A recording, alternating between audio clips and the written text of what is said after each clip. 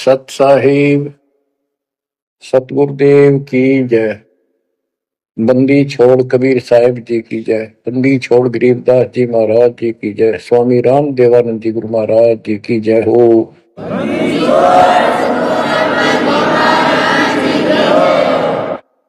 सर्व संतों की जय, सर्व भक्तों की जय, धर्मी पुरुषों की जय।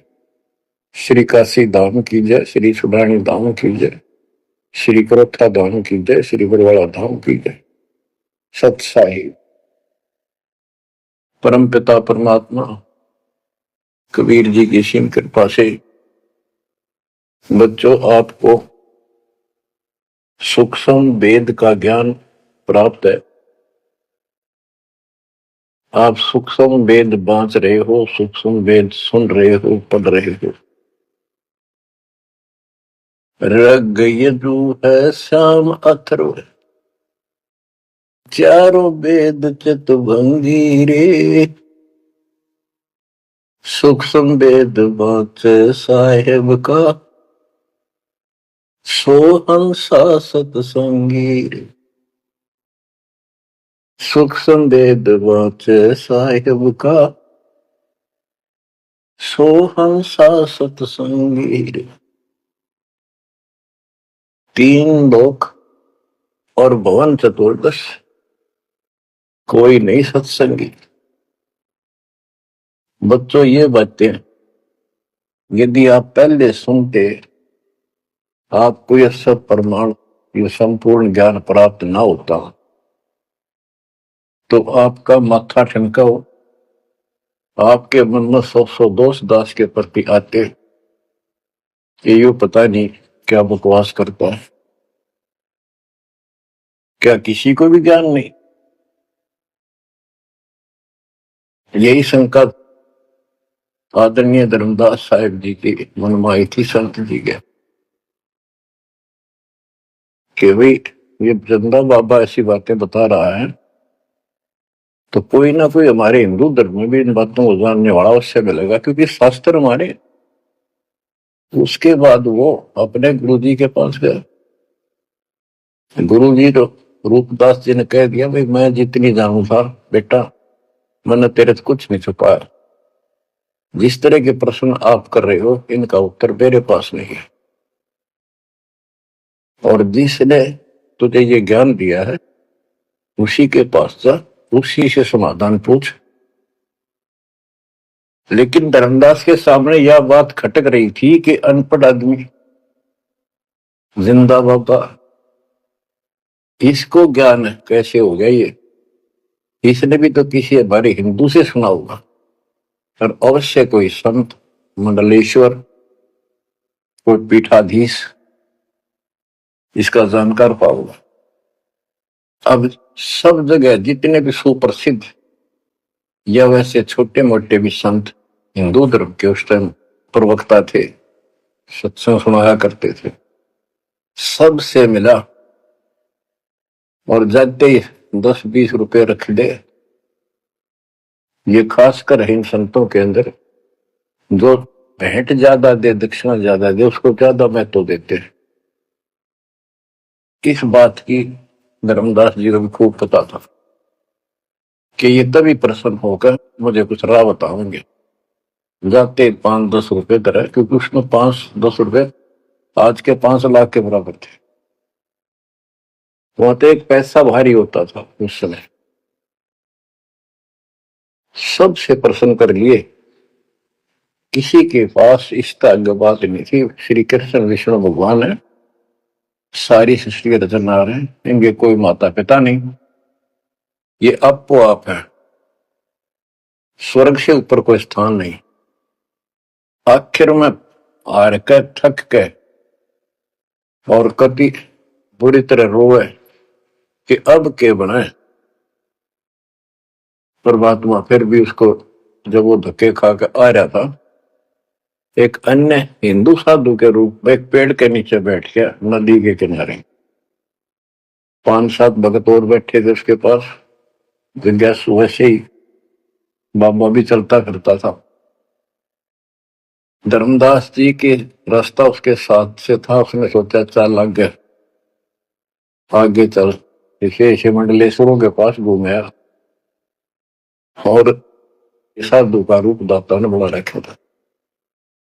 फिर मालिक की प्रेरणा अपने बच्चे को लेना था सर। उसी समय प्रेरणा हुई कि काफी देर से चल रहा हूं, विश्राम भी करना है, यही कर लेता हूं और इसकी तलाशी भी ले लेता हूं। वहां बैठ गया जाकर और बैठे थे, इतना तो बोलना को नहीं। वो दूसरे उठ कर चले गए। जब एकला रह गया, परमात्मा बोले, धर्मदास खोज लिया तत्व ज्ञान, मुझे बता दे कि मिला होता कितना। आंखें फटी की फटी रह गिर। मालिक उसी समय उसी रूप में आ गए। बच्चों, इस नरक से निकालने के लिए उस मालिक ने अपने एक बच्चे के लिए कितना कुछ करना पड़ा, कितने खाड़े कर दिए। वहां से शुरुआत करनी थी अपने कलयुग की भक्ति की।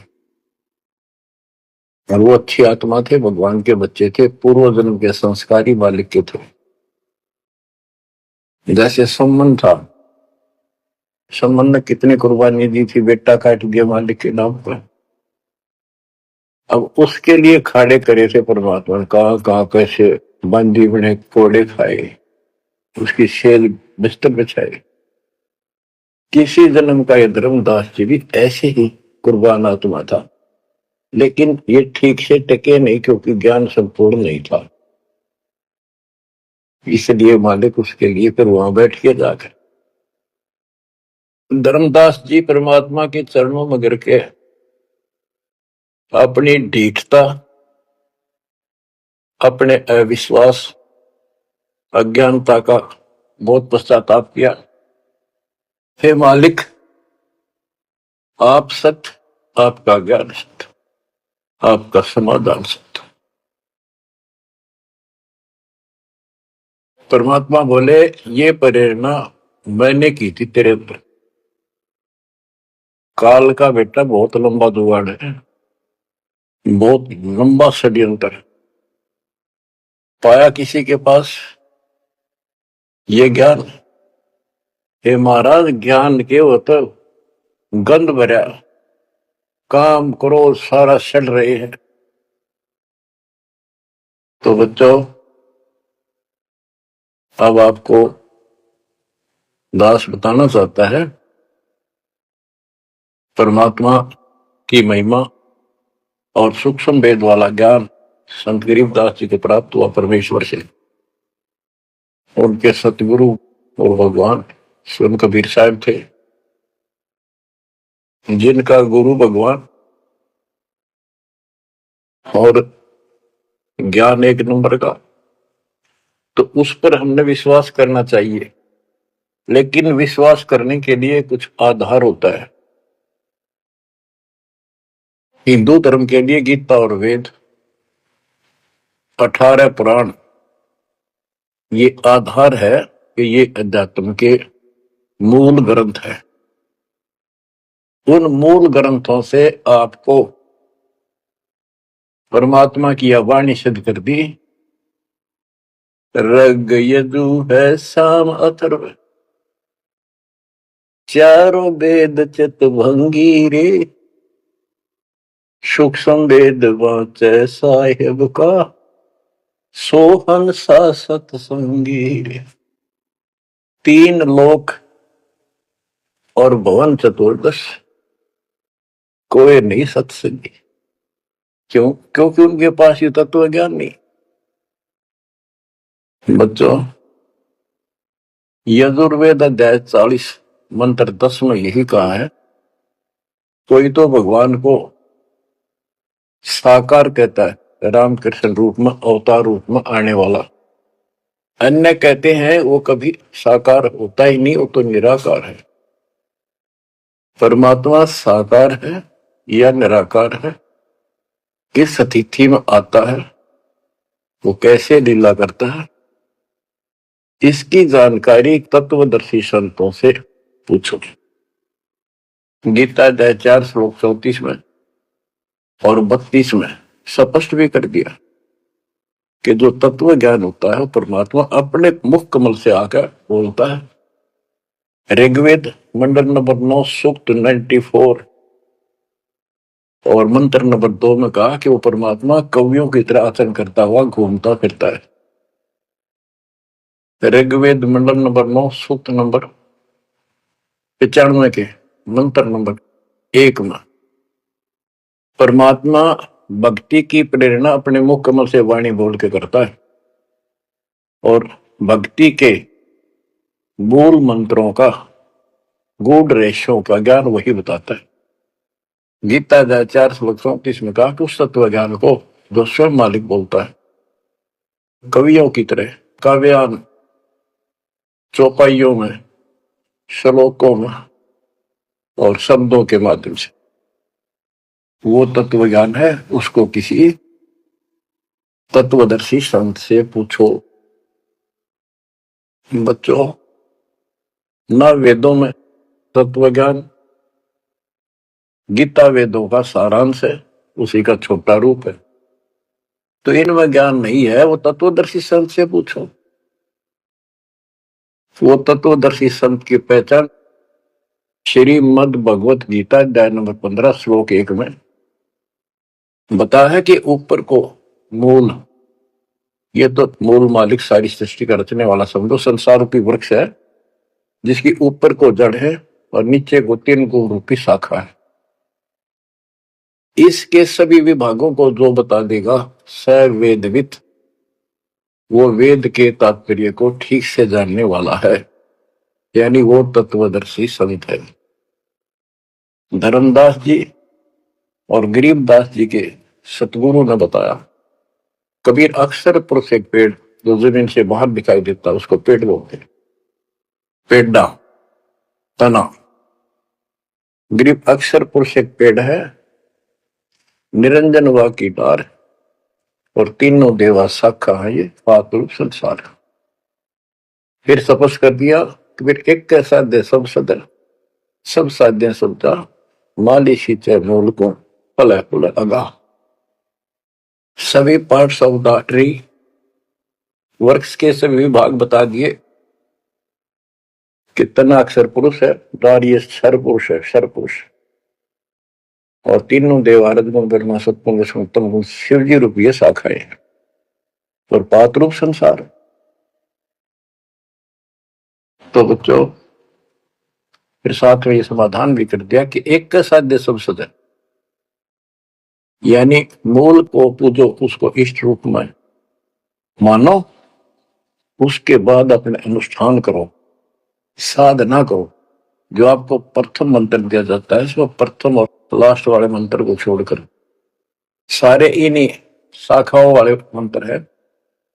और गीता अध्याय 3 श्लोक 10 से लेकर 15 तक ये स्पष्ट किया है कि शास्त्र अनुकूल धार्मिक अनुष्ठान यज्ञ करने से वो सही भक्ति मानी जाती है। इन यज्ञों के द्वारा इन देवताओं को बढ़ाओ, ये यज्ञ से बढ़े हुए देवता तुम्हें बिना मांगे ही सब कुछ देते रहेंगे।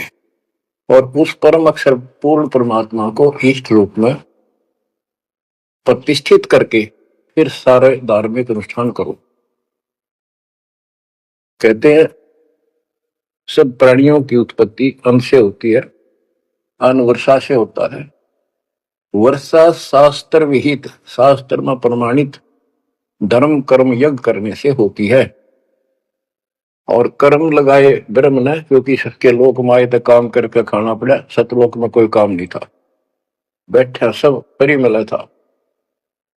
जैसे आप सतलोक आश्रमों में जाते हो, आपको सारा बना बनाया मिल रहा है, अर्खा और भक्ति करो, सत्संग सुनो और आ जाओ। फिर बताया है कि सब प्राणियों की उत्पत्ति अन्न से होती है, अन्न वर्षा से होता है। वर्षा शास्त्र विहित, शास्त्रों के अनुसार किए गए अनुष्ठानों से होती है, यज्ञ से होती है। और यज्ञ शास्त्र अनुकूल कर्मों से होती है। कर्म लगाए ब्रह्म में, ब्रह्म की उत्पत्ति हुई अक्षर पुरुष से। और अक्षर पुरुष यानी अक्षर का अर्थ यहाँ पर अविनाशी है।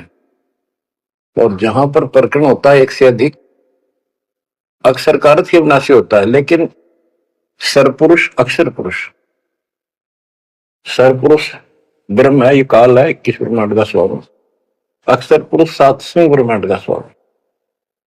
और फिर परम अक्षर ब्रह्म क्यों कहा, परम अक्षर पुरुष, कि वो सब का मालिक वो है। तो इस प्रकार आध्यात्मिक ज्ञान को समझना है और उस परम अक्षर ब्रह्म को योगों में प्रतिष्ठित करके सारे अनुष्ठान करने चाहिए, तब सफलता होगी। कबीर साहब ने बताया, कबीर एक के साध्य सब सदे, सब साध्य समझा माली सींचे मोल को बुलागा।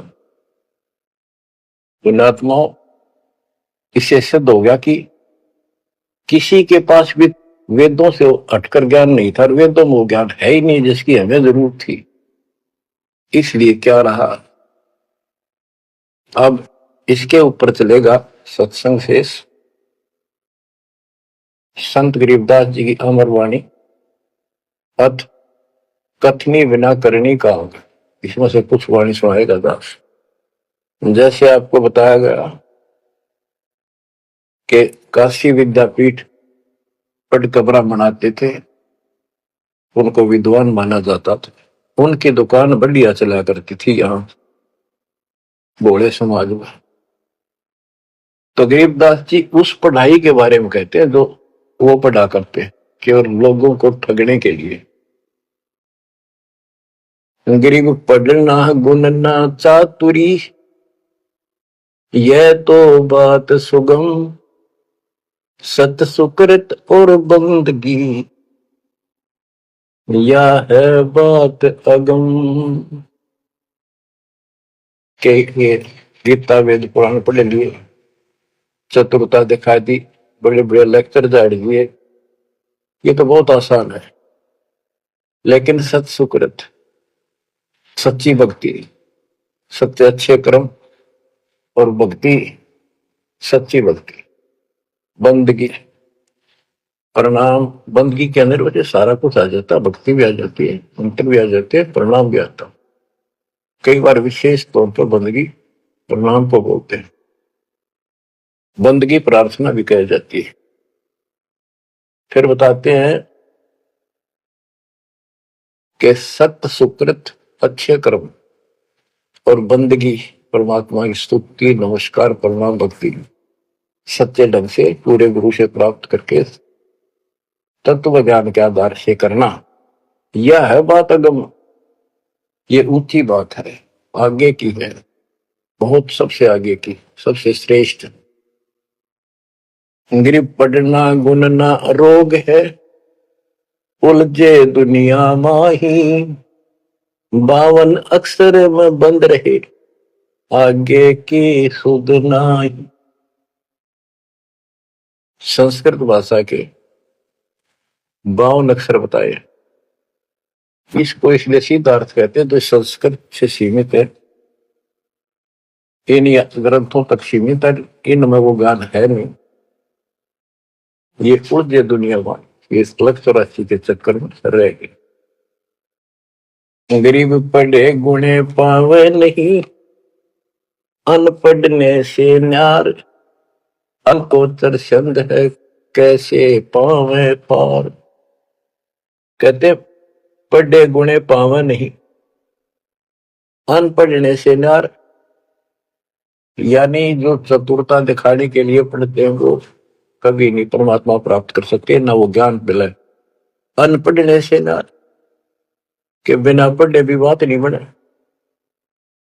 अब जैसे आप अक्षर ज्ञान प्राप्त कर रहे हो, आप भले ही अपनी रोजी रोटी के लिए कर रहे हो, लेकिन अब इस पढ़ने से आपको अपने मूल ग्रंथ समझ में आ जाएंगे। ये सूक्ष्म वेद है, इसके अंदर जो गूढ़ रहस्य है वो अन्य वेदों से भी उत्तम और गहरे हैं। इसमें कह दिया पढ़े गुणे पावे नहीं, यह पढ़ाई है वो तो मूर्ख बनाने की। अनपढ़ने से ना, जो नहीं पढ़े वो भी दूर रहेंगे। हमारे को अक्षर ज्ञान नहीं था, इसलिए हम इन चतुर लोगों की बातों में फंसे रहे। गरीब वेद कथें चित चूक है, मन में मान मरोड़, कहने मात्र के तो पंडिता, ये होते के ढोर। कि इन वेदों के पढ़ने मात्र से कुछ भी हासिल नहीं होना, क्योंकि वो ज्ञान है ही नहीं जी। अपने को जरूरत है मोक्ष प्राप्त हो, और वो ज्ञान मालिक प्रत्येक युग में आकर बोलते हैं, पर कदर नहीं बनी। गरीब वेद कथे चित चूक है, मन में मान मरोड़, अहंकार, और कहने मात्र के तो पंडित है, ये वो दिल्ली के ढोल के 84 लाख योनियों में जाएंगे। अब जैसे एक बहुत ही अच्छा उदाहरण दिया संत गरीबदास जी ने, बच्चों ये गाना बजाना समय के अनुसार शब्द भी सुनाए जाते हैं, और ये कड़वी गोली भी खिलाई जाएंगी, तभी ये रोग कटेगा। सारा ट्रीटमेंट कंप्लीट करना पड़ता है। अब ध्यान से सुनो। पुराने समय में तिलों से तेल निकाला जाता था। वो व्यक्ति जो काम ये करते थे उनको तेली बोलते थे। वो एक कोल्लू लगाते थे। वो कोल्लू एक मशीन होती है जिसमें 3-4 गिरारी सी होती, मोटी मोटी भारी भारी, और उसके ऊपर एक ऐसा पात्र लगा होता है जिसमें नीचे सुराख होता है, और उसमें सरसों डाल दी, तिल डाल दिए, वो धीरे धीरे नीचे जाता रहता। कोल्लू चलता है एक लंबा लकड़, कम से कम भी 15-20 फुट लंबा। उस कोल्लू को चलाने के लिए एक लंबा लकड़ फंसा के, और उस लकड़ को पाट बोलो हमें, लाट पाट, उसको बैल से चलाया जाता था। और वो बैल उस लकड़ की जितनी लंबाई होती है उसके वही सर्कल में घूमना होता था उसको। वो सर्कल होता था, उसके एक सर्कल में घूमता था, सेम कति फिक्स्ड होता था उसका डायमीटर। उसी परिधि में वो बैल घूमता रहता था, और उधर से कोल्लू चलने से तेल निकलता। उस कोल्लू को चलाने के लिए एक बैल का प्रयोग किया जाता था। वो उस लकड़ लंबे लठ 15-20 फुट 25 फुट लंबे लठ के एंड पे लास्ट में एक कुंडा डाल कर उसमें रस्सा बांध कर, और उस बैल के दोनों तरफ कंधे से बांध दिए जाते थे रस्से, और उसको चलाया जाता था। तब वो कोल्लू घूमता था, और उसमें डाले हुए सरसों या तिल, उनका तेल निकलकर बाहर आता था। वो तेली कहलाता था, और उसको खींचने वाला तेली का बैल का है। उस बैल के आंखों पर पट्टी बांध दिया करते थे, और एक आदमी उसके पीछे होकर 2-3 बार उसका लठ मारता जोर के, और वो बहुत तेज चलता। तो फिर उसको ये भय हो जाता कि लठ हड़ा तेरे पीछे पीछे है। वो अपने आप स्पीड में रहता था, और इस तरह वो सारा दिन चलता था। बीच में थोड़ी बहुत देर पानी पिला दिया, चारा खिला दिया, फिर जोड़ दिया जाता। तो उसका केवल सीमित दायरा था, उससे 12 कदम भी नहीं जा सकता था वो। अब इसके ऊपर ये कुछ वाणियां आपको समझाने के लिए बताना पड़ा। इतना गजब का ज्ञान दिया इसमें, 100 का 100 सत्य है। गरीब वेद कथे चित चूक है, मन में मान मरोड़, कहने मात्र के तो पिंडता, ये हो तेली के डो। ये अगले जन्म में तेली के बैल बनेंगे। एक तो उदाहरण ये दिया है कि साधना ठीक नहीं करते तो शुद्ध नहीं हो जाएगा। फिर पीछे तू पशुआ की जय गद्दा बैल बनाई, ये 56 भोग कहावन भोरे, कहीं कुरड़ी चरने जाई। इस वाणी का तो ये अर्थ है। अब इसके ऊपर आगे देखो। गरीब आंख बंद है दिखे नहीं, चल मारो मार तेली के तो बैल को घर ही कोस हजार के आंख बांध दी बैल की और उधरता चलो मारो मार वो स्पीड चलता रहता। उस तेली के बैल को उस सर्कल के अंदर ही सारा दिन एक महीने में 50,000 कोस एक महीने में तय कर देता, यानी एक कोस 3 किलोमीटर, यानी 1.5 लाख किलोमीटर वो एक महीने में पूरे कर देता। उसमें चल चल के इतना सफर तय कर लेता, रहता वही ठेकान, एक कदम उससे बाहर नहीं जाता। बच्चों ये स्पिरिचुअल लेक्चर है या आध्यात्मिक घंटी दे रहा हूं आपकी स्कूल की। इसको ऐसे समझाने से आपके अंतःकरण में योगदान रचेगा।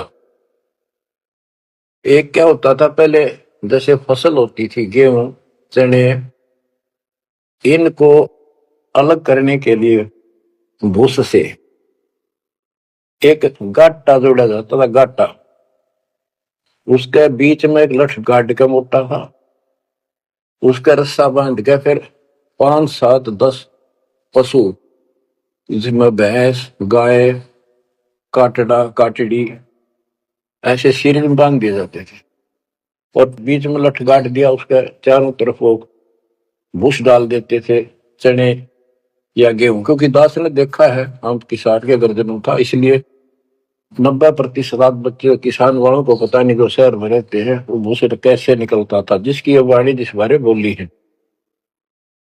अब तो मशीनों से निकल जाता, कट कट कट कट 1 घंटे में। पहले महीना महीना लगे रहा करते। दास का जन्म ऐसे समय में दिया दाता ने जब वो 5505 निकट आ रहा था, और वो पिछला प्रोसेस सारा पता है जो एक वाणी में बोला गया है। दास को समझने में आसानी रही, आपको समझाने में आसानी होगी। तो उसको हम तो गाटा बोला करते, गाटा जोड़ रखे, वो सारे पशु एक लाइन में चलते रहते, चारों तरफ घूमते, जैसे तेली का बैल घुमा करता। ये उस फसल को काटने के लिए उनके पैरों के नीचे वो फसल कट जाती, छोटा छोटा तूड़ा भूस बन जाता, फिर उससे गेहूं चने अलग कर लेते और भूस अलग हो जाता। उसको गाटा बोला करे। और पलवल साइड, इधर फरीदाबाद साइड में उसको धाए बोलते थे, धाए। धाए यानी पशुओं का एक समूह, एक से एक गले का रस्सा बांध दिया जाता था, वो बाहर नहीं जा सकते, अंदर आ नहीं सकते, क्योंकि एक दूसरे को धक्का नहीं दे सकते, वो एक लाइन में चलते थे चारों तरफ सर्कल में। अब इसको इन अज्ञानी गुरुओं के ऊपर सेट किया है दाता संत गरीबदास जी ने इस वाणी को। गरीब दाएं जुड़ी अज्ञान की गह घाटा ठोर, एक पेड़ चाले नहीं काट बड़ी बड़ी खोर। के जैसे वो पशुओं के द्वारा धाए जोड़ के घुमाई जाती है और वहीं घूम रहे होते, उससे अलग एक कदम नहीं जा सकते। तो जितने भी ये संत हैं, इन्होंने अपने अपने चेले बांध रखे, अपने अज्ञान वाले लटके, गुरु बनकर बैठ गया और उसको पशु बांध रखे, पशु पुत्र। वो इस जन्म मरण के चक्कर में यही गाटा गा रहे हैं, यही दाएं चल रही है उनकी। एक पेड़ चाले नहीं और कड है बड़ी बड़ी खोर, खोर मैंने बड़े बड़े कदम रखे, तेजी से चलना, पाथे डंडे लगे होंगे।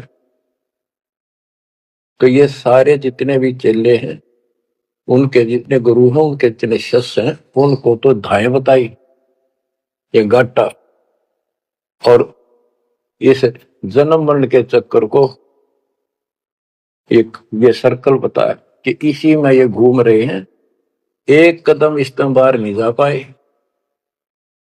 जाना सतलोक है, जैसे किसी ने सफर करना है तो कदम जितने रखेगा मंजिल की ओर होते हैं, ठीक रास्ते पर। और ये वहीं बांध रखे स्वार्थवश जिसने पशुओं को, वो तो उस सर्कल में घूम सके, उस तो बाहर जा ही नहीं सकता। गरीब दाएं जुड़ी अज्ञान की गह घाटा ठोरे एक पेड़ चाले नहीं काट बड़ी बड़ी खोर।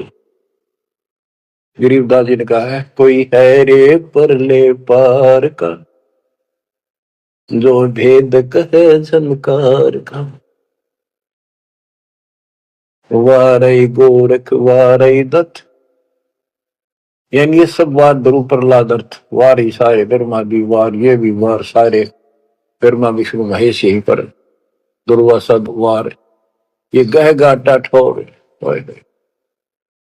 गरीब चार वेद सट शास्त्र पढ़े 18 पुराण सतगुरु पूरा मिला नहीं पंडित हो सी सवान। ओह कबीर साहब कहते हैं गुरु बिन काहू न पाया ज्ञाना जो तो था वो छड़े किसाना। गुरु बिन वेद पढ़े जो प्राणी समझ अनुसार रहे ज्ञानी। बच्चों एक तो होती है मान बढ़ाई अहंकार और एक सच्चाई जो होती है वह मान बढ़ाई नहीं कहलाती। जैसे दास कह रहा है और जब आपको भी समझ आ गई है स्पष्ट होगा आपको पता लग गया है कि गुरु बिन वेद पढ़े जो प्राणी समझे ना सार रहे अज्ञात। वेद पढ़े पर वेद न जाने ये वाचे पुराण 18 और पत्थर की पूजा करे। भूल गए सिद्ध सर आग निकलवाओ पत्थर पूजवाओ। क्या इन्हें वेद पढ़े क्या इनको गुरु मिला। जय सतगुरु की संगत करते ये सकल कर्म कट जाए। ये कोई झंझट नहीं करना पड़ता। अमरपुरी पर आसन होते सतलोक जहां कोई कष्ट नहीं जहां दुख ना चाहे। तो दास ये कहे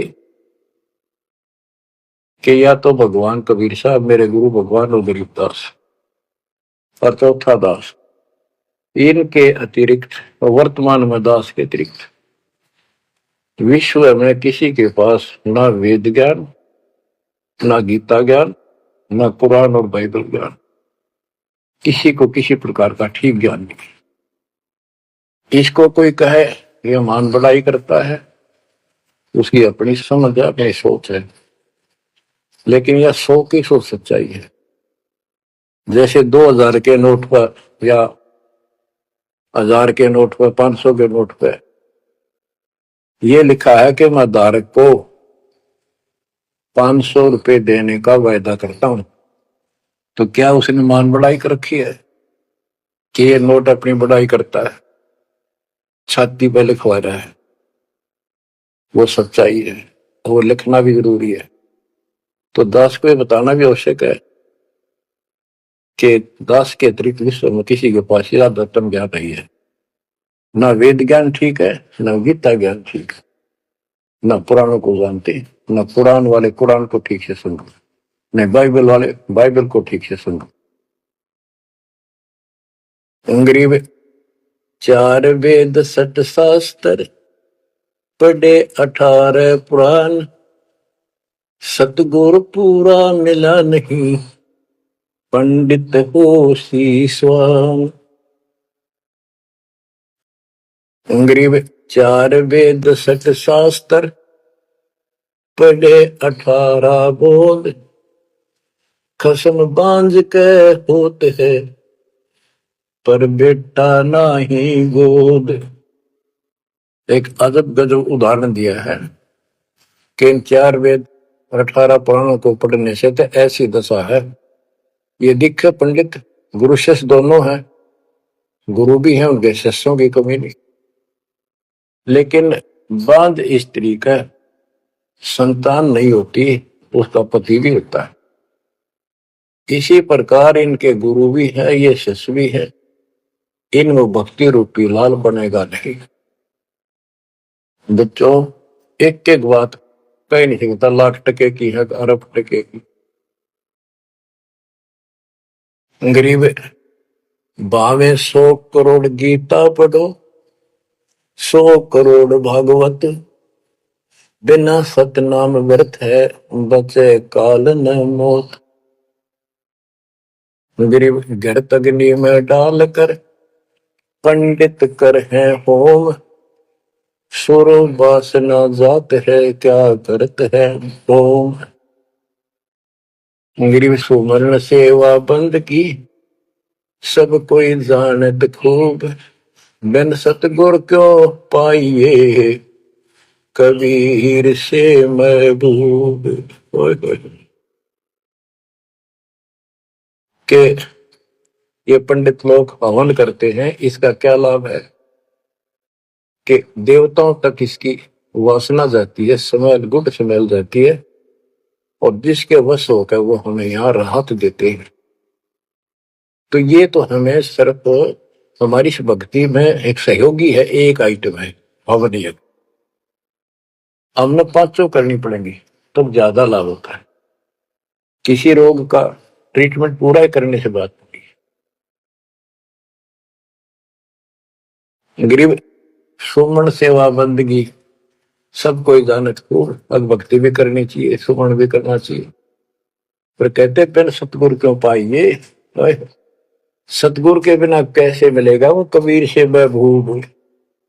वो भगवान कबीर से ऐसे प्रिया, तो फिर ये भगवान हमारे कैसे पाओगे। ये दूसरे संत बनावटी इतने गजब के हो जाएंगे, क्या बात।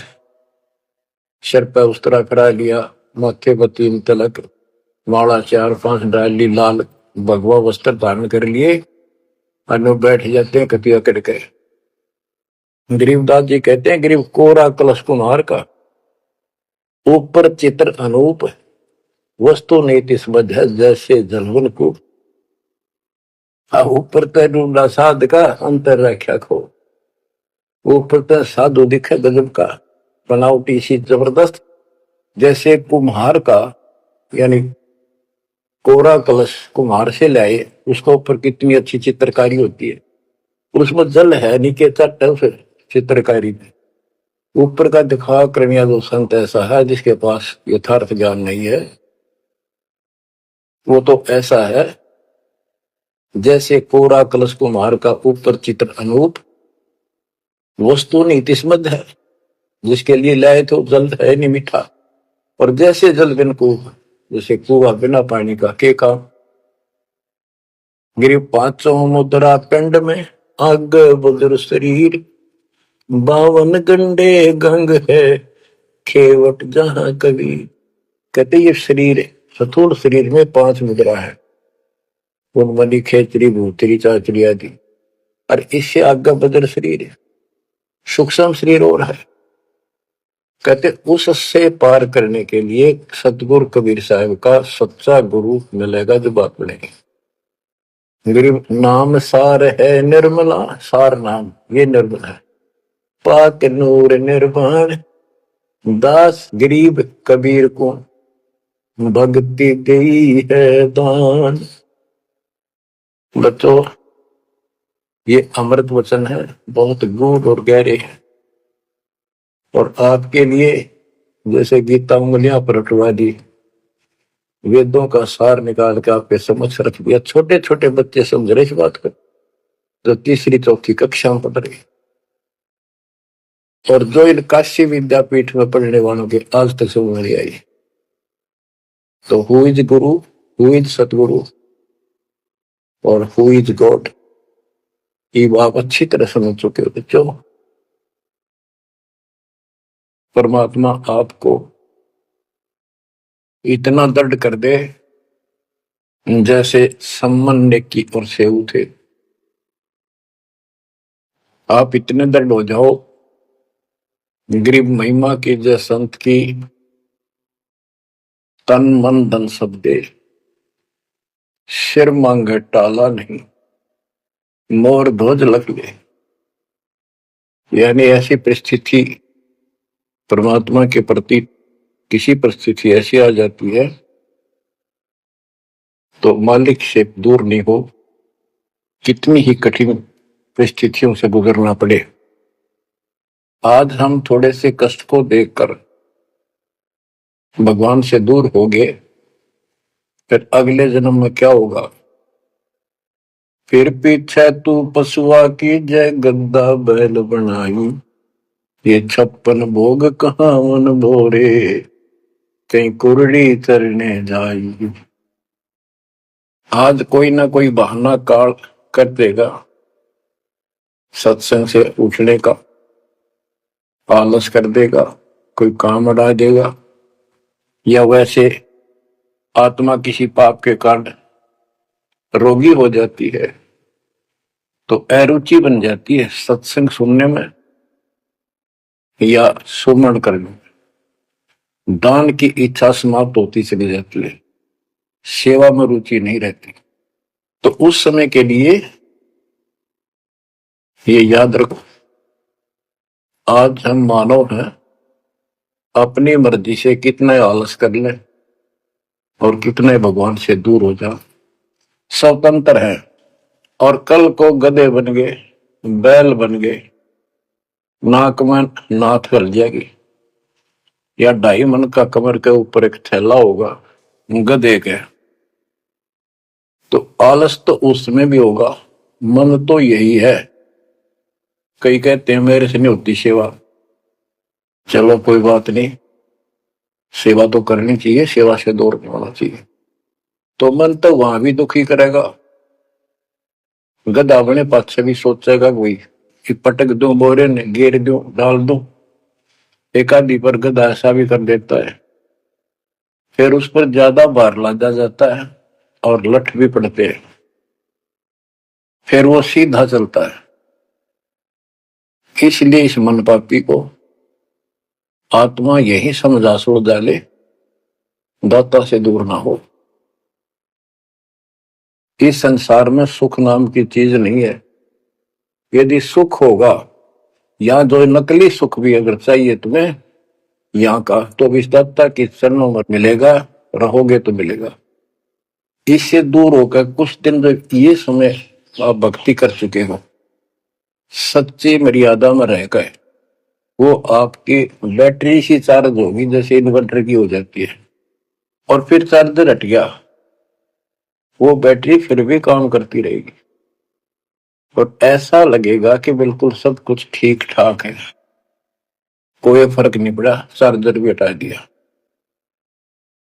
जब तक वो संग्रह शक्ति है, एनर्जी है बैटरी में, वो काम पूरा करेगी। जब वो एनर्जी खत्म हो जाएगी, आगे संग्रह हो नहीं रही, तो एकदम ही वो सब सुविधा बंद हो जाएगी। पंखा भी बंद, बल्ब भी बंद, और भी कार्य कर रहे होंगे, कंप्यूटर भी बंद, फिर बहुत देर हो चुकी होगी। इसलिए इन सब बातों को ध्यान रखो, याद रखो। मुश्किल से दाव लगा 7.5 अरब आबादी में से आप ये थोड़ी सी आत्मा परमात्मा की शरण प्राप्त कर पाए हो, तो बच्चों परमात्मा आपको मोक्ष दे, अपने चरणों में रखे, आपकी तरफ बढ़े, कुर्बान हो जाओ। सत्संग सुना करो ढंग से, देख परमात्मा ने कहां से कृपा कर रखी है। आंख खोल लो डट, यो फूक निकली और कोई नहीं पूछेगा, धक्के खाते करो, तेरा कुत्ते को देखेंगे। परमात्मा साथ इसलिए होगा कि हमारे और कामों में विशद करेगा, इसलिए मालिक पर ज्यादा ध्यान दो, काम करो, काम न को मना करें, उस काम में बरकत भी अब मिलेगी। दाता आपको मोक्ष दे, सदा सुखी रखे। सत्साई।